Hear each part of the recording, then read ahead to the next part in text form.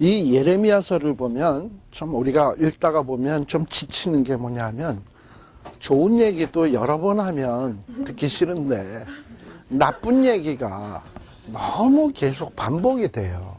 결국 내용인즉슨 뭐냐면 바벨론에 의해서 유다 망한다는 거예요. 그리고 그 망하는 사건은 너무 끔찍하다는 거예요. 근데 왜 이렇게 예레미야는 같은 얘기를 반복하고 또 반복하고 또 반복하냐? 이거는 우리 어머님이 저에게 했던 얘기를 하면 제가 좀 이해가 쉬울 거예요. 저희 어머님은 참 집요해요. 그래가지고 너 이것 좀 해라 하고 얘기를 해요. 그러면 제가 뭐라 그럴까요? 예, 이러면. 그럼 한 5분 있다가 와서 했네? 그거 했네? 그러면 제가 한다 그랬잖아요. 그러면 그거 빨리 해라. 한 10분 있다 또 와서 했네? 이런다고요. 한다니까요. 왜 자꾸 얘기하고 그래요. 그러면 우리 어머님 하시는 말, 네가 한 번 말하면 듣네?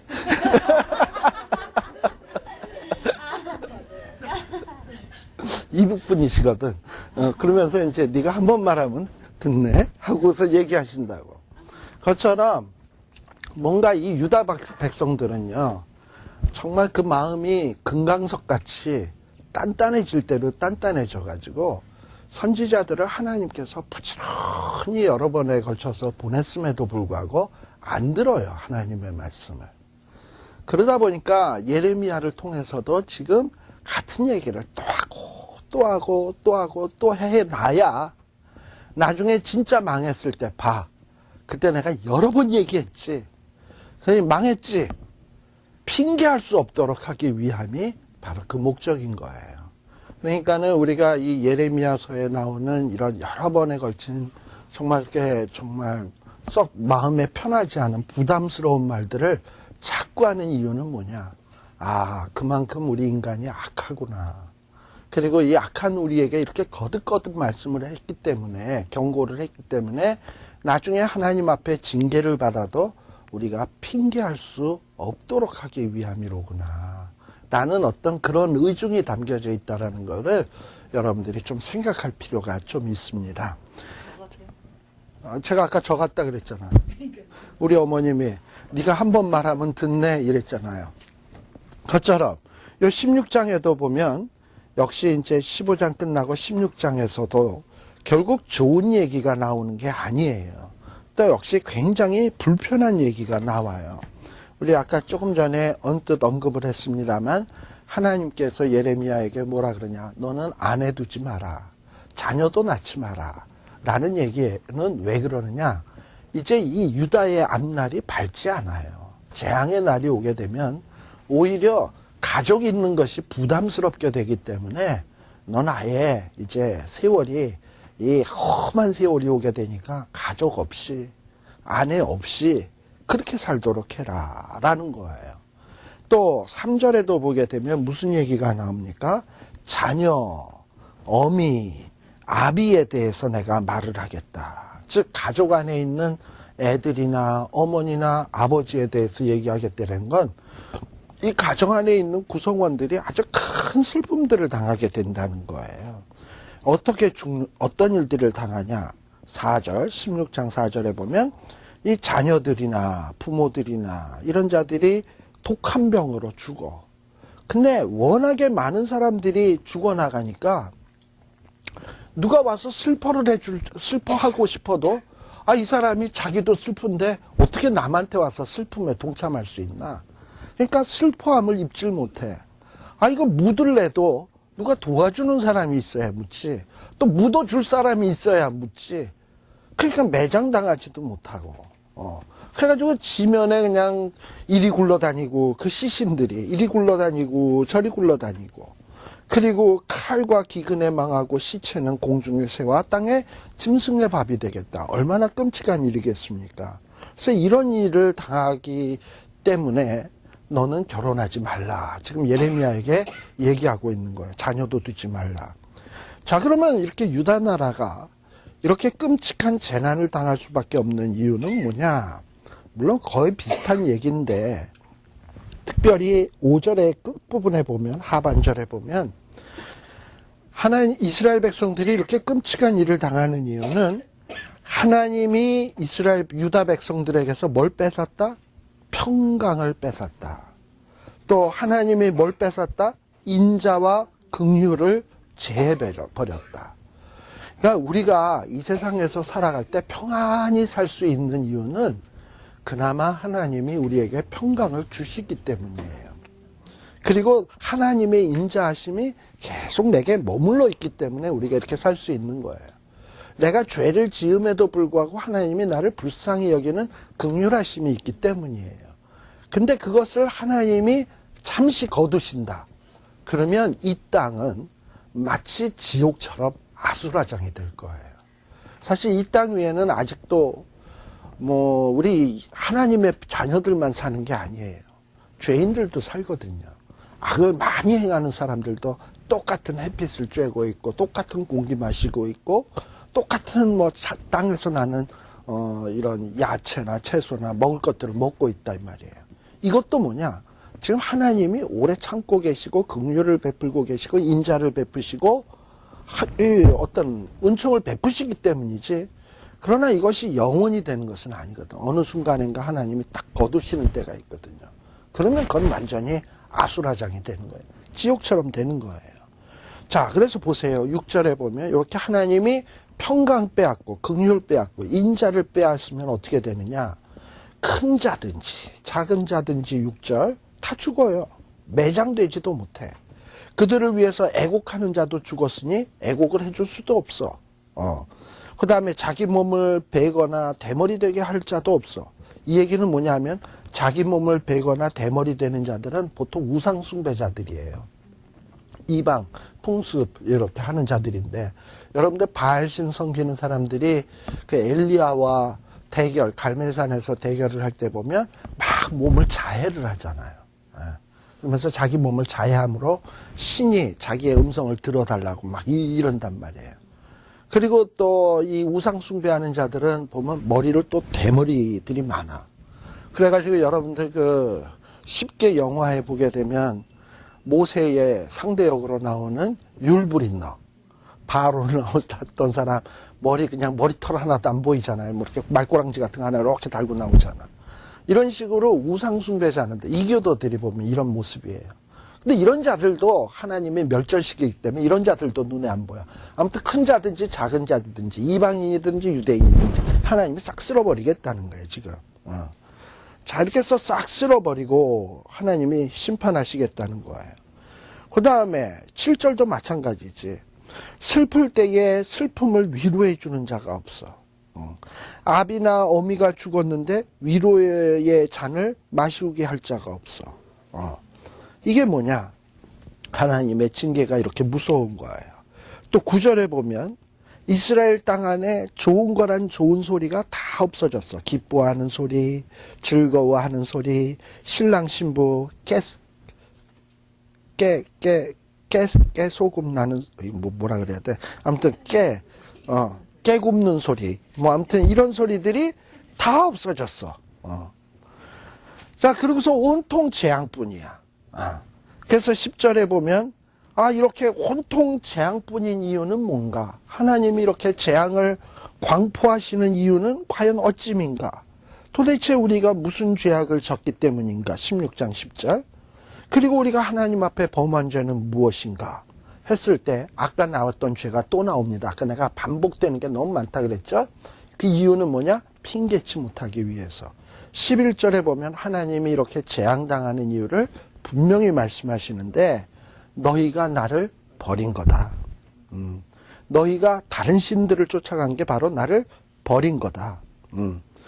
그리고 또 12절에 보면 너희들이 악한 마음을 가지고 하나님의 말씀을 청정치를 않았어. 악함을 따라 행하고 하나님의 명령을 순종하지를 않았단 말이에요.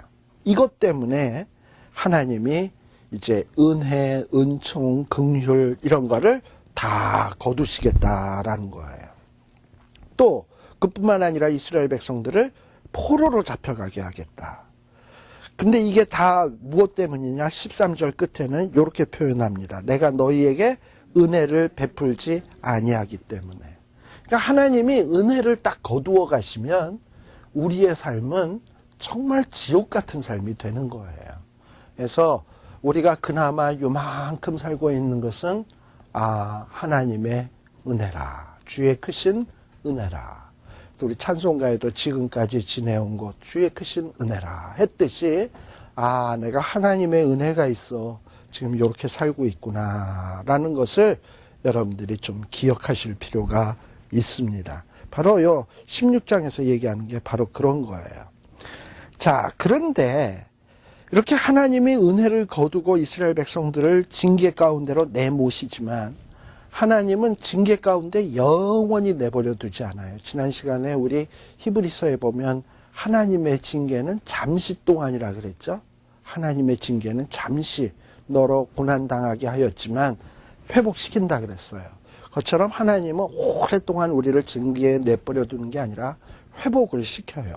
바로 그 회복에 대한 메시지가 14절, 15절의 말씀입니다.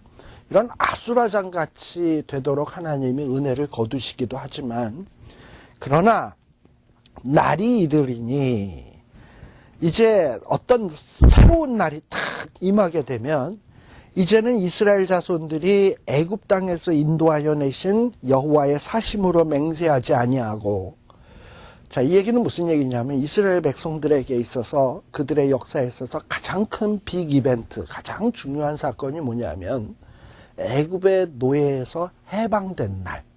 이게 그냥 너무 이게 아주 이스라엘 백성들에게 아주 복된 날인 거예요. 그래서 어떤 맹세를 할 때도 우리를 출애굽시키신 하나님의 이름으로 맹세하는데, 이러고서는 맹세를 할 때도 이렇게 자기네들에게 출애굽의 축복을 주신 하나님의 이름으로 맹세들을 했단 말이죠. 근데 앞으로는 맹세를 그렇게 하지 아니하고 어떻게 맹세를 하냐면 15절에 보면 이스라엘 백성들이 이제는 이스라엘 자손을 북방 땅과 그 모든 쫓겨났던 나라에서 인도하여 내신 여호와의 사심으로 맹세하리라. 이제는 출애굽 사건을 가지고 맹세하는 게 아니라 바벨론에서 해방되는 일을 가지고 맹세하리라. 자, 출애굽 사건으로 맹세하지 않냐고 바벨론에서 해방시켜 주신 하나님의 이름으로 맹세한다면 출애굽 사건이 더 크고 위대하다, 아니면 바벨론에서 해방되는 것이 더 크고 위대하다. 그렇겠죠?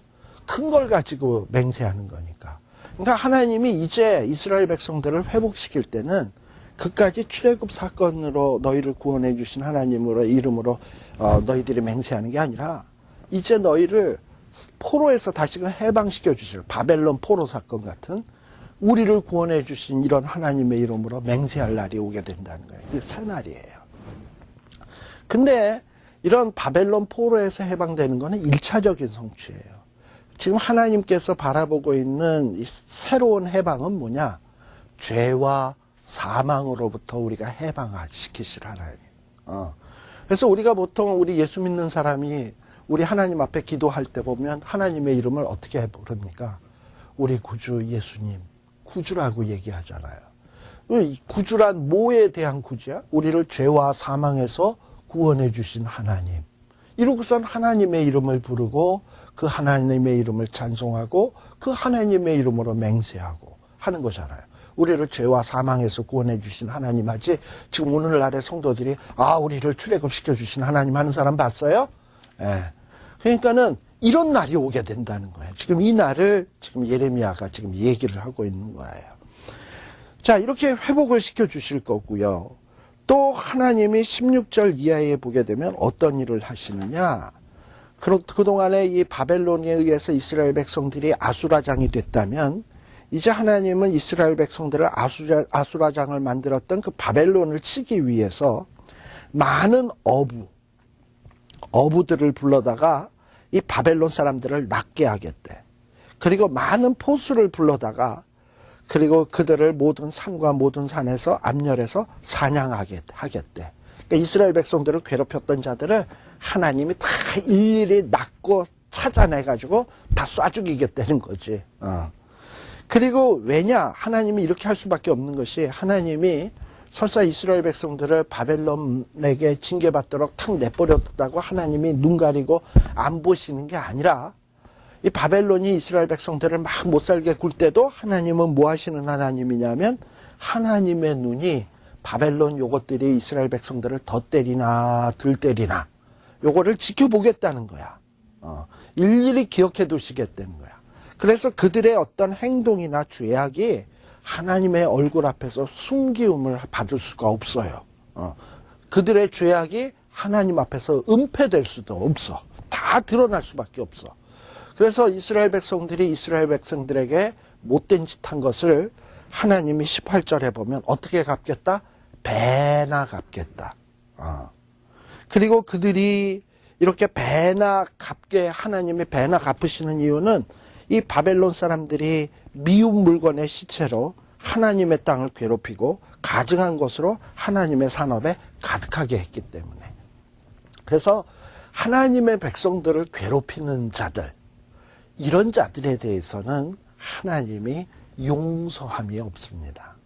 일찍이 하나님이 이건 아브라함과도 약속했던 거예요. 내가 너를 축복하는 자에게는 축복하겠다. 그러나 너를 저주하는 자에게는 저주하겠다. 이 얘기는 뭐예요? 너를 저주하면 나도 그를 저주하겠다. 너가 만일에 하나님의 백성을 괴롭히면 하나님도 괴롭히게 하겠다. 똑같이 대하겠다는 거예요. 그러니까 하나님의 백성을 괴롭히는 자들은 정말 하나님 앞에 무서운 진노를 받을 수밖에 없다라는 거를 여러분들이 좀 기억해 둘 필요가 있습니다. 자, 그래서요. 근데 우리 하나님의 백성들을 가장 괴롭히는 것이 뭘까요? 못된 인간? 뭐 그럴 수도 있겠지만 사실은 우리 하나님의 백성들을 가장 괴롭히는 것은 죄예요. 죄. 이 죄란 놈은 이 하나님의 백성들을 그냥 끌고 다니면서 우리를 얼마나 괴롭히는지 몰라. 근데 그 괴롭히는 방법이 죄를 짓게 만들므로도 괴롭히지만 때로는 죄로 인해서 당하는 양심의 가책. 너 같은 게 네가 지은 죄가 있잖아. 너 같은 게 뭐를 한다고 이러면서 끈질기게 나를 갖다가 깎아내리고 나로 하여금 절망하게 만들고 낙심하게 만들고 봐. 너 그렇게 뭐 말씀 증거하고 그러더니 너 또 죄졌잖아. 네 같은 게 무슨 목사야. 네가 무슨 장로야. 네가 무슨 집사야. 이러고서는 끊임없이 우리 마음속에 이 죄와 사탄이라는 놈은 우리를 정죄하고 우리를 낙심 가운데로 끌어내려오고 그러고서 우리를 자꾸 붙들어 매는 거예요. 그러다 보면 우리는 어떤 고백을 할 수밖에 없냐면 우리 사도 바울이 얘기했듯이 오호라 나는 공고한 자로다. 누가 나를 이 사망의 몸에서 건져내랴 하고 이런 고백 속에서 막 몸부림을 치게 되는 거죠. 이게 죄의 그거예요. 근데 하나님이 마지막 심판 날에는 뭐냐 하면 우리를 정죄하던 사탄, 죄의 권세, 죽음 이런 것들을 하나님이 아주 보기 좋게 심판을 하실 거예요. 그리고서는 우리는 예수 그리스도의 이름으로 누가 우리를 정죄하리요? 환난이나 곤고나 핍박이나 적신이나 뭐 나오죠? 그리스도의 사랑에서 우리를 끊을 자가 없다. 로마서 8장의 뒷부분에 나오는 얘기죠. 그러면서 우리에게 이런 놀라운 구원의 역사를 주십니다. 그게 뭐냐? 새날, 그날. 그래서 우리가 그런 날을 체험한 사람들은 뭐냐 하면 다시는 무슨 출애굽 사건으로 맹세를 하거나 이러지 않아. 우리를 예수 이름으로 구원받은 그날, 그날이 하나의 우리에게 디데이가 되는 거예요. 그리고 그뿐만 아니라 이렇게 하나님이 악한 권세에 대해서 심판을 하다 보니까 이런 모습을 지켜보는 예레미야는 하나님 앞에 찬송할 수밖에 없어요. 19절에 보면 아 맞다. 지금 내가 곧 하지만 하나님이 악한 것을 심판하시겠구나. 여호와가 나의 뭐 힘. 여호와는 나의 보장. 보장이라는 건 뭐냐면 뭐 보증 쓰고 보장해 준다 이게 아니라 망루 있죠, 망루. 성이 이렇게 있으면 성에서 또 적들이 쳐들어오면 또 그 안으로 들어가서 최후의 망루 같은 게 있어. 그 망루 안으로 싹 들어가면 문을 딱 닫아가 걸으면은 더 이상 못 들어오게 만드는 그런 거, 보장. 그게 보장이에요. 그 다음에 여호와는 나의 힘, 나의 보장. 환난 날에 나의 피난처.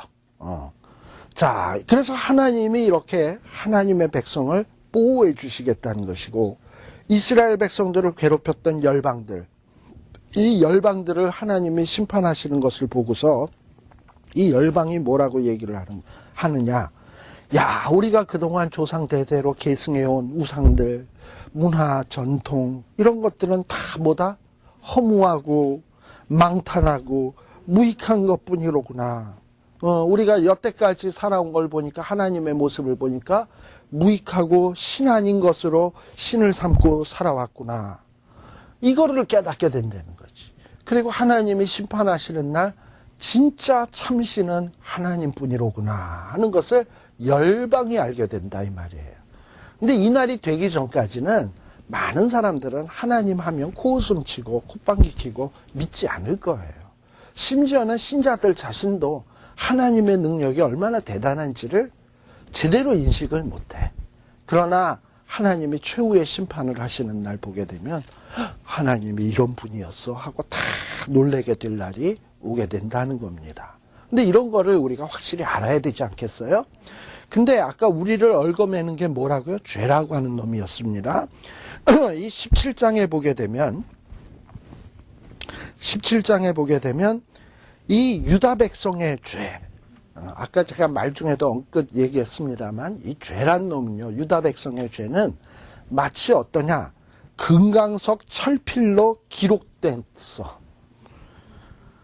보통 이스라엘 사람들이 이렇게 글을 쓸 때 보면 이 돌이나 돌 위에다 쓰잖아요. 또는 진흙 토판 이런 데다 이제 글씨를 쓴단 말이죠. 근데 이거를 금강석 철필로 새겼으니 얼마나 아주 선명하게 새겨졌겠습니까? 그러니까 이건 지워질까 안 지워질까? 안 지워지지. 그러니까 우리의 죄가 우리의 마음판에 그냥 금강석 철필로 새겨지듯이 우리의 죄가 낱낱이 기록이 돼 있다는 거예요. 지워질까 안 지워질까요? 그러니까 그만큼 우리의 죄의 문제를 지우는 것은 쉽지가 않아요. 죄는 우리 속에 꽉 또아리를 틀고 있어가지고 우리를 참 끝까지 물고 늘어져요. 그래서 이 죄에서 해방된다는 거에 이게 보통 쉬운 일이 아니야. 사람의 힘으로는 못해. 그러니까 사도 바울도 뭐라 그랬냐면 오호라 나는 공고한 사람이로다. 누가 나를 이 사망의 몸에서 건져내랴. 사도 바울은 얼마나 훌륭한 사람이었습니까? 그는요, 사도 바울 되기 전에도 어떻게 보면 굉장히 훌륭한 사람이었어요. 유대인 중에 유대인이요, 바리새인 중에 바리새인으로 나름대로 경건하게 살려고 부단히 노력했던 사람이에요. 그런데 본인의 그 죄의 문제를 해결을 못하고 있었거든. 이렇게 그렇게 죄라고 하는 놈이 해결되기가 쉬운 문제가 아니에요.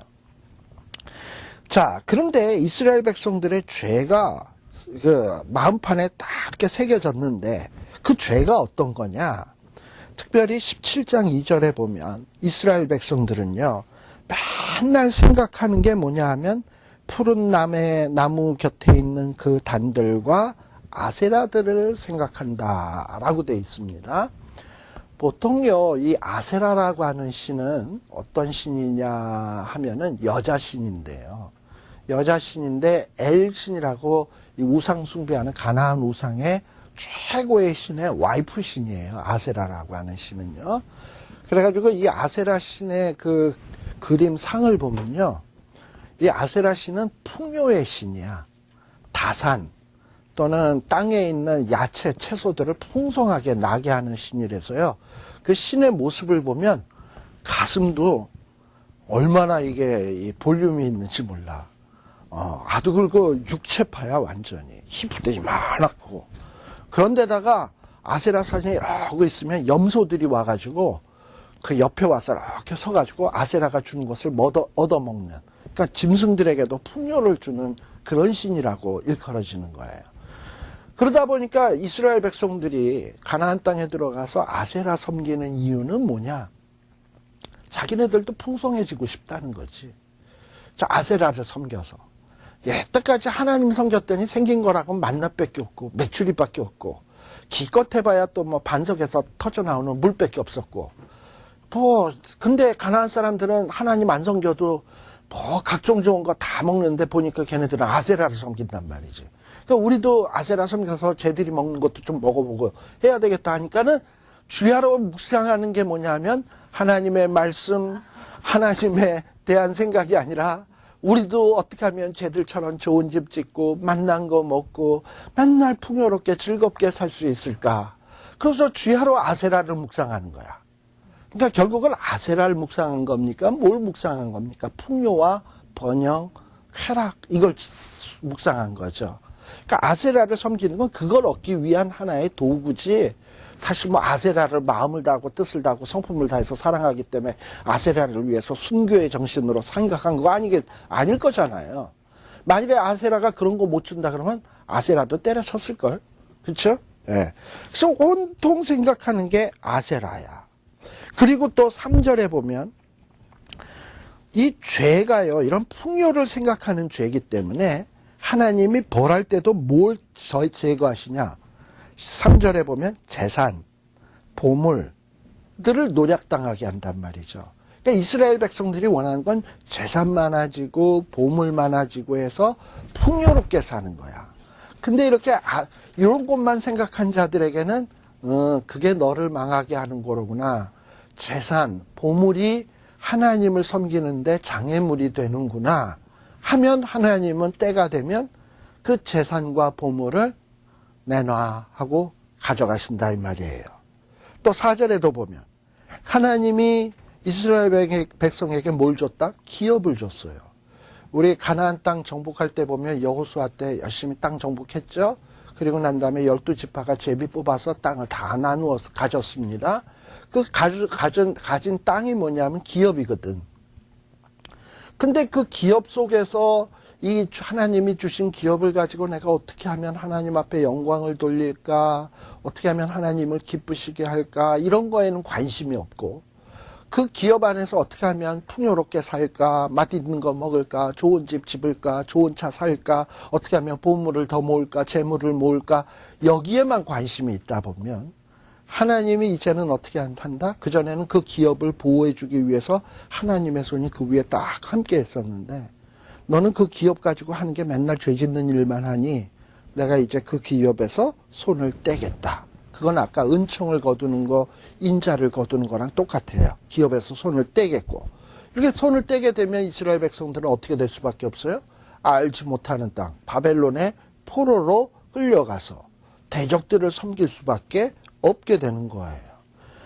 자, 그리고 또 이스라엘 백성들의 온통 관심사는 어디에 있다? 어떻게 하면 잘 살까, 잘 먹을까, 좋은 집 지을까, 이게 관심이다 보니까 그거를 얻기 위해서는 첫 번째는 아까 아세라를 섬겼는지 모르지만 5절에 보면 이번에는 또 사람들이 뭘 섬기느냐.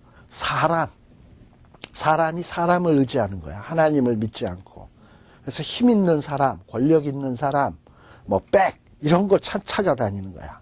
그래가지고 혈육으로 권력을 삼고 그리고 그들을 통해서 자기가 얻고자 하는 풍요를 얻으려고 노력들을 하는 거죠. 그리고서는 한편으로는 누구에게 마음이 떠났다? 하나님에게서 마음이 떠난 사람들은 뭘 받는다? 저주를 받는다. 자, 아까는 너희들이 이렇게 망하는 이유는 너희가 하나님을 버렸기 때문이다. 단순하게 나왔습니다.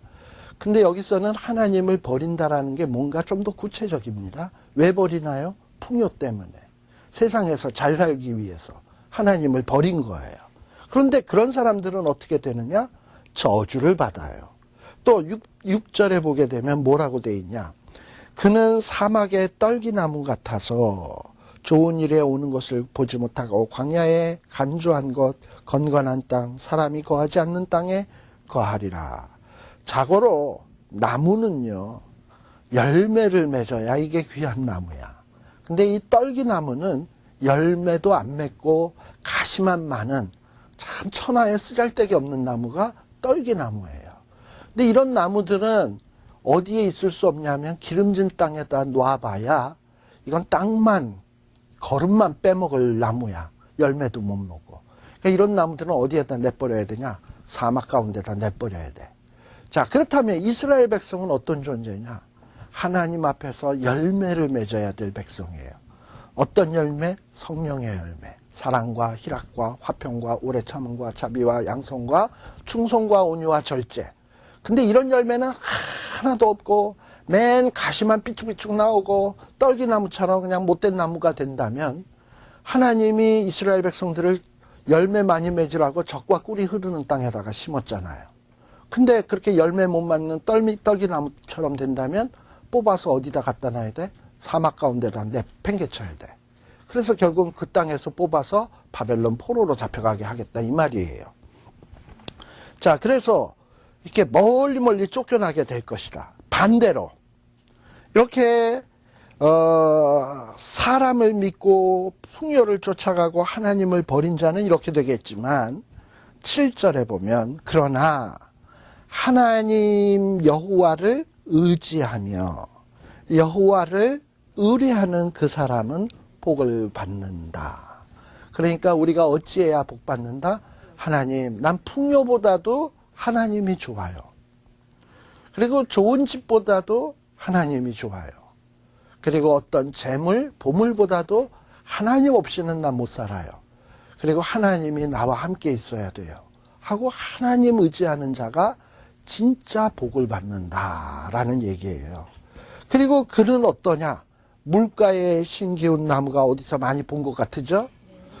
시편 1편에 나오는 이야기.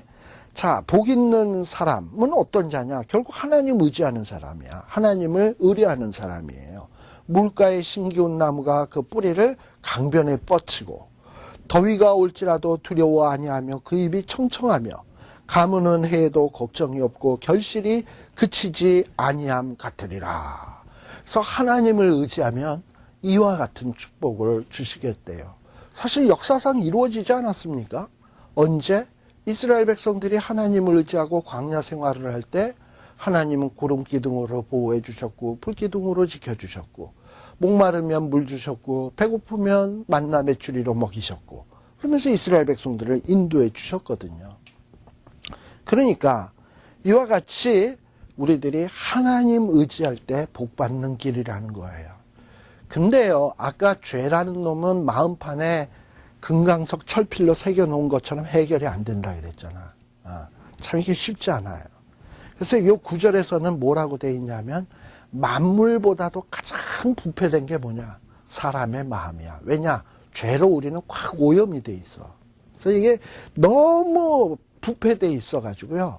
도저히 우리의 힘으로는 아까 철필로 기록된 글씨는 지울 수 없듯이 부패된 우리의 마음은 우리의 힘으로 해결할 길이 없어요. 이 사람의 마음이야. 자, 그렇다면 누가 능히 이것을 알리오마는 나는 내 스스로는 절대 죄에서 해결될 수가 없구나. 이 부패된 내 마음을 어떻게 회복시킬 수가 없구나. 이걸 좀 알아야 되는데 사람들이 그걸 몰라. 자, 그래서 이걸 해결을 하려면 아까 어떻게 해야 되냐면 하나님 의지해야 된다는 거예요. 하나님, 내 마음은 나도 몰라. 하나님, 내 마음은 나도 어떻게 해결할 줄 몰라요. 하나님이 좀 어떻게 좀 해주세요. 내 마음 속에는 철필로 죄가 기록돼 있어요. 내가 이게 지우개로 지우고 싶은데 안 지워져요. 하나님 이거 어쩌면 좋겠어요. 하고 하나님 의지해야 돼. 그래서요, 여러분들이 쭉 보시게 되면은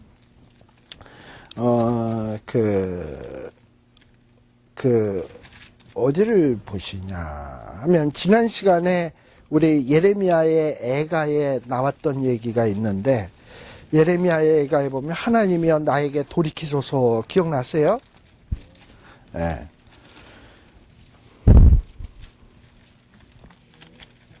5장 끝부분 5장에 보게 되면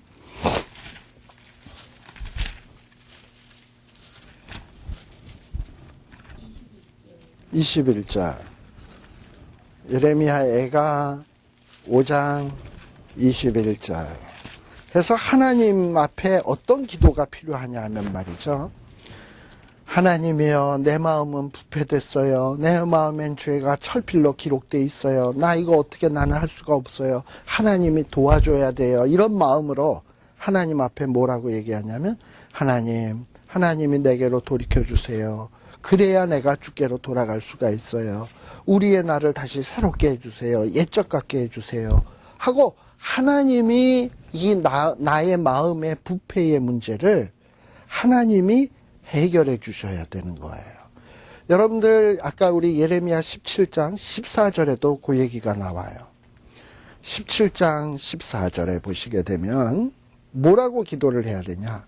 여호와여, 주는 나의 찬송이시오니. 지금 내 마음은 뭐로 새겨져 있다? 죄로 새겨져 있다. 내 마음은 어떻다? 심히 부패했다.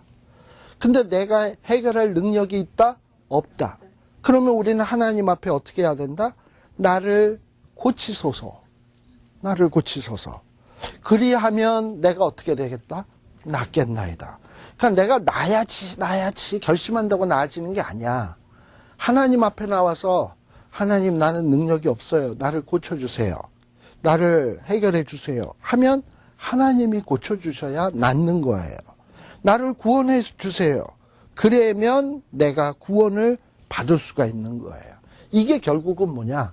겸손이고 이게 바로 하나님을 의지하는 거예요.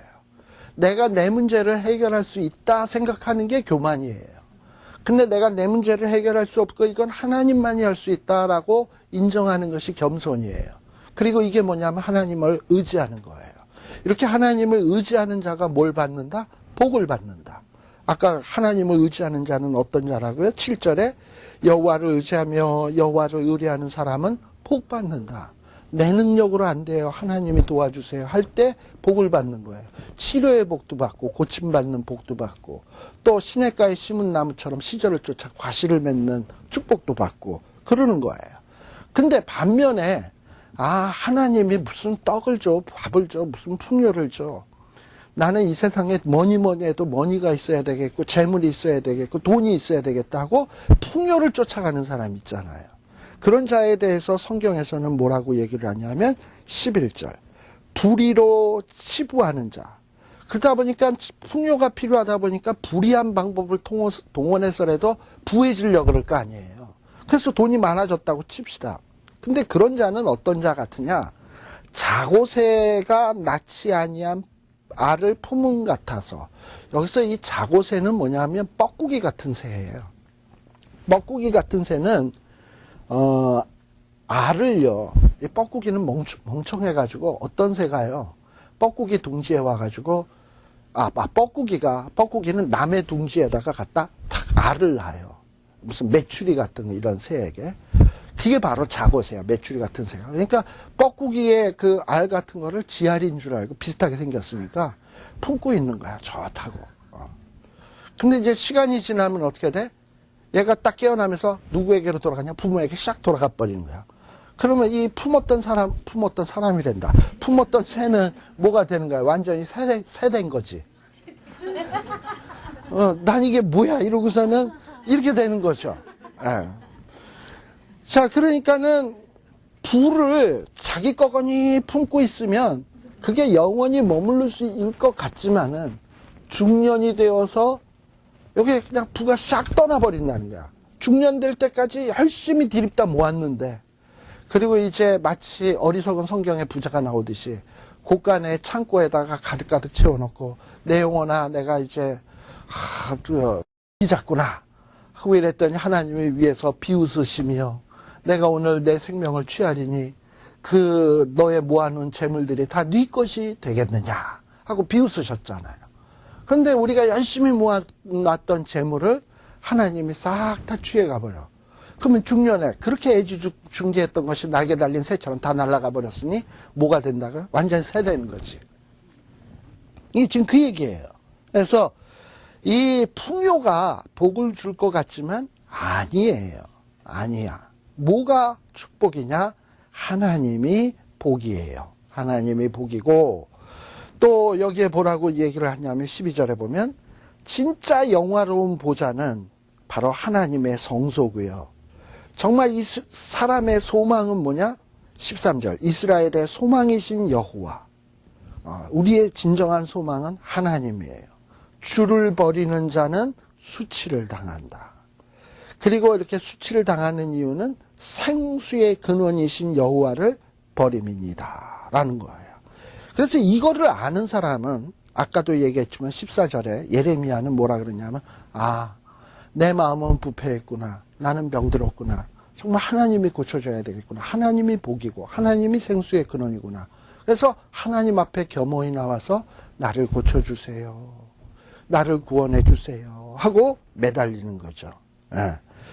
자, 이렇게 예레미야는 이런 태도를 보이는데 15절에 보면 예레미야 주변에 있는 사람들, 특별히 예레미야를 핍박하는 사람들은 예레미야에게 와서 뭐라고 얘기하냐. 야, 뭐 우리가 망한다고? 그러면 망하는 증거 한번 보여봐. 우리가 뭐 심판받는다고? 그 심판 한번 임하게 해봐. 하고서 막 예레미야를 조롱을 하는 거예요. 15절. 근데 이러면은 예레미야가 아까도 얘기했지만 얼마나 낙심이 되겠습니까? 아, 내가 이런 사람들에게 말씀을 증거해야 돼? 이런 사람들은 내가 말씀 증거 안 하고 있다가 그냥 죄만 짓다가 멸망당해야 되는데. 그러고서는 이런 생각하고 물러갈 수도 있잖아요. 그런데 예레미야는 어떠냐?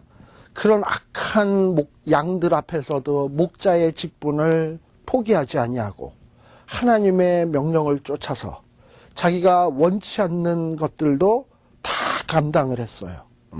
바로 이 얘기예요. 그럼에도 불구하고 힘든 건 힘든 거지. 힘든 건 힘든 거다 보니까 예레미야는 뭐라고 얘기를 하냐면 하나님 나를 좀 보호해 주세요.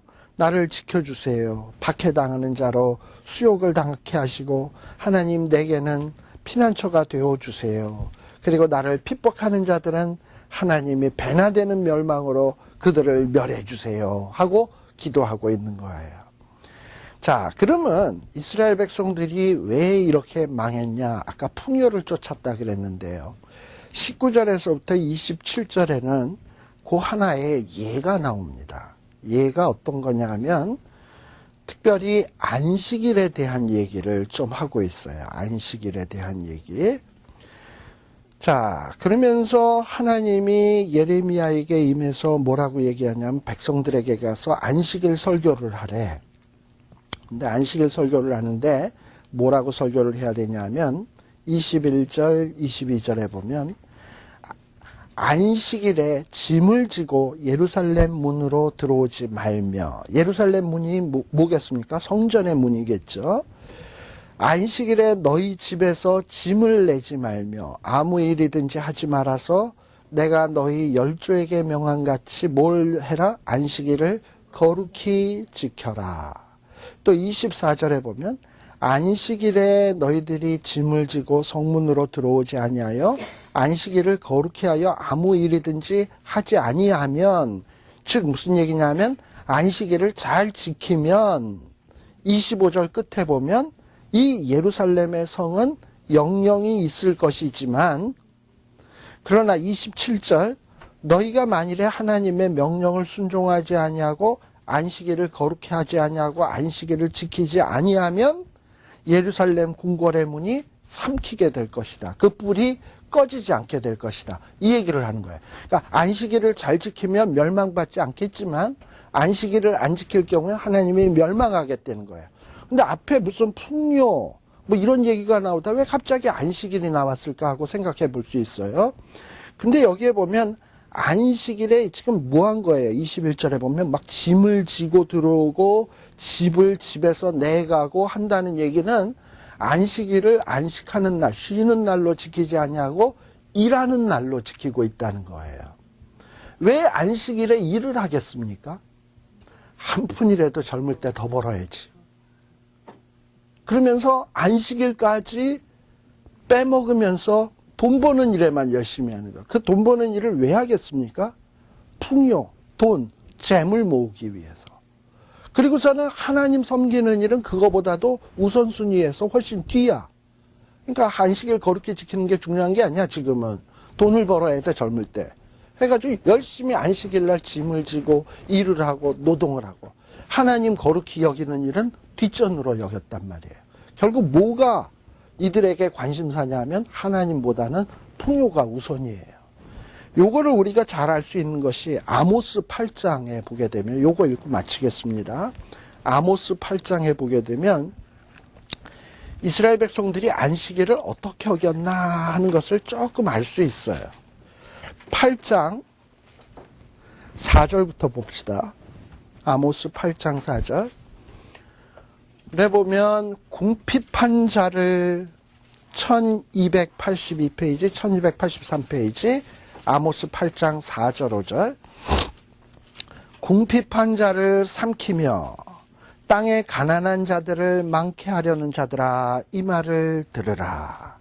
여기 궁핍한 자, 땅에 가난한 자들이 누구냐 하면 이스라엘 백성들이 세월이 지나면서 이 가난한 자들은 점점 가난해지고요. 부자들은 점점 부자가 됐어요. 왜냐? 사실은 이스라엘 백성에는 이런 일이 생겨서는 안 돼. 희년이 되거나 면제년이 되게 되면 설사 빚진 거 있으면 다 다시 탕감해 주어야 되고, 빚 담보로 잡힌 땅이 있으면 다 돌려주어야 돼. 그러면 가난해졌다가도 다시금 원위치 되는 시점이 생기잖아요. 근데 이런 희년 같은 게 안 지켜지는 거야. 면제년, 안식년 같은 게 안 지켜지는 거예요. 그러다 보니까 빚진 사람은 자꾸 빚지다 보니까 나중에 어떻게 되냐면 땅도 차압됐지, 집도 차압됐지, 이제 차압될 건 뭐만 남았어? 몸뚱아리. 그럼 몸뚱아리가 뭐가 되는 거냐면 종이 되는 거야. 그 남의 부잣집에 종으로 들어가는 거죠. 근데 종으로 들어가서 열심히 그들을 위해서 일을 해주는데 안식일이 됐으면 종도 쉬어야 되고 그 주인도 쉬어야 될 거 아니에요. 근데 이 안식일이 됐는데 이 주인들은 돈 벌 요량에 종들을 쉬게 하지를 않는 거야. 쉬는 꼴을 못 보는 거야. 안식일이라고 쉬는 꼴을. 그래가지고 여기에 보면 궁핍한 자를 삼키며 땅에 가난한 자들을 많게 하려는 자들아, 이 말을 들으라. 너희가 이르기를 월삭이 언제나 지나서 우리의 곡식을 팔게 하며 안식일이 언제나 지나서 우리의 밀을 내게 할고 에바를 작게 하며 세계를 크게 하며 거짓 저울로 속이며. 이 얘기는 뭐냐면 아유 안식일 또 왔어. 이러면 우리 인플로이들 다 지금 손 놓고 일 그만두면 돈은 누가 버나. 이놈의 안식일 빨리 언제 지나가나 이 주일. 그래야 빨리 돈 벌지.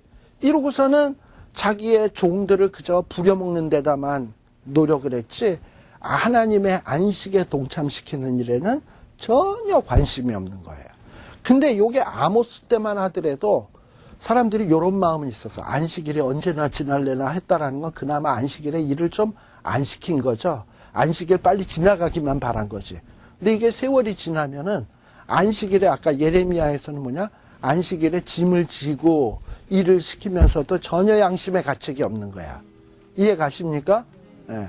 그러니까 이전에는 그래도 아모스 시대는 훨씬 전이니까 안식일이 빨리 지나가기만 바랬는데 이제 망할 때가 될 무렵이 되니까는 안식일 안 지키면서도 전혀 가책이 없고 그리고 아예 일을 노골적으로 하고 예루살렘 성전 안에도 짐지고 들어오고 막 일을 하고 이런 지경에 이르렀어요. 그러니까 그건 뭐냐?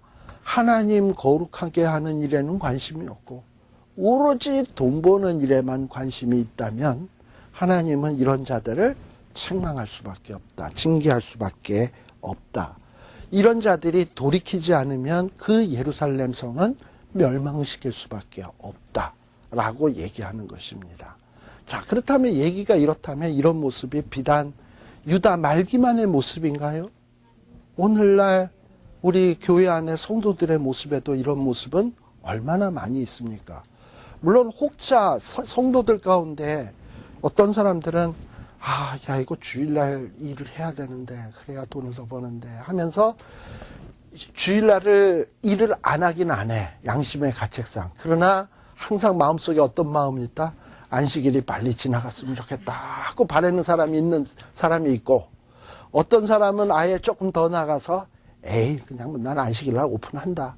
그 비즈니스 오픈하고서도 그냥 당당하게 가는 사람도 있고 오늘날도 그렇잖아요. 예. 그러다 보면 결국 우리의 관심사가 어디에 가는 거냐? 하나님보다도 물질로 가는 거예요. 하나님보다도 물질로 가는 것은 결국 뭐냐? 하나님을 버리는 거예요. 하나님을 내가 버리면 하나님도 나를 버려요. 내게 향했던 은혜와 긍휼, 인자와 자비 가장 좋은 것들을 하나님이 거두시는 거예요. 그럼 거두시는 그 순간서부터 나의 삶은 뭐가 되느냐? 아수라장이 되는 거예요. 그러니까 어떤 성경 안에 나오는 지극히 단순하고 평범한 진리를 여러분들 가슴 속에다 팍 새기시고 어떤 순간 어떤 때이든지 하나님을 의뢰하는 것이 복이로구나. 하나님을 의지하는 것이 복이로구나. 이거를 자꾸 마음에 되새기시고 그리고 하나님 앞에 더 가까이 하기를 힘쓰시는 여러분들 되시길 바랍니다. 다음 시간에는 예레미야 18장부터 진행을 하도록 하겠습니다. 기도하겠습니다. 하나님 아버지 감사합니다. 오늘 이 예레미야의 말씀을 통해서 다시 한번 우리가 알고 있는 내용이지만 다시 한번 확인케 해주심을 감사합니다. 정말 하나님을 의뢰하고 하나님을 소중히 여기는 것을 복임을 가슴판에 다시 한번 새기게 하여 주시옵소서. 정말 우리의 마음은 심히 부패하였고 우리의 마음판에는 정말 죄악들이 철필로 기록되었기에 하나님 우리 스스로는 도저히 우리를 의롭게 할 수 없고 구원받을 수 없다는 것을 명심하게 하여 주시옵소서. 하나님만을 의지하게 하시고 하나님만을 바라보아 하나님께서 예비하신 풍성한 축복을 우리 삶 속에서 누릴 수 있는 자 되게 하여 주시옵소서. 예수 그리스도의 이름으로 기도드리옵나이다. 아멘. 마치겠습니다.